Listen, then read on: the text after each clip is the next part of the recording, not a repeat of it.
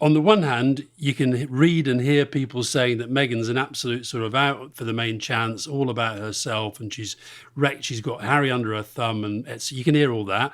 On the other hand, and this is kind of, I think, where I am, I look at both William and Harry, and I think there are two blokes who were born into the public eye, who deep in their hearts believe that their mother, whom they loved, was killed, in part because of this insatiable desire of the media to know about her and to follow her and so forth. They believe that. And I think there's a part of Harry that does see that same kind of dynamic going on with Meghan. I think there is an element of racism attached to it. I think there is definitely an element of misogyny attached to it.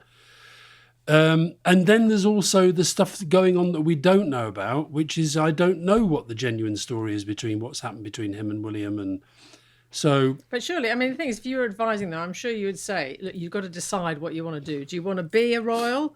If you don't want to be a royal, stop kind of pretending to be a royal and stop giving in to stop talking about them all the time. I mean, I think they need to kind of shut that side of it down and get on with whatever good works they can do, but not kind of looks to me like they kind of don't want to be royal, but they want to cash in on their royal status by earning money out of it. And I think that's not a great look for them. The bottom line is you can't sort of stand there and wipe a tear away and then give an interview the next day saying, oh, they made my life a misery.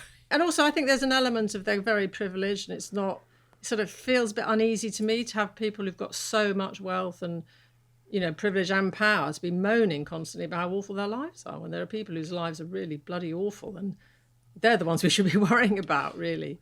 I did an interview with Prince William a few years ago for GQ magazine, and I asked him, George was just a little child at the time, so I said, look, there's only really three people in the country who can sort of genuinely sit around and say to themselves, you know, I either am, in the case of the Queen, or I might be one day quite soon, the monarch. Okay, there's only three of you.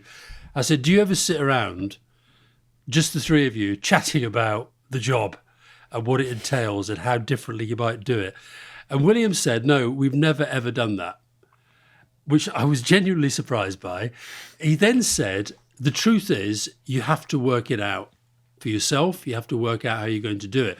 And what that says to me is I don't think Charles necessarily will become that different.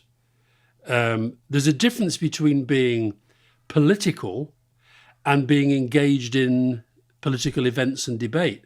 And I hope he does carry on saying things that, I mean, what the Queen was very good at is never being defined as party political.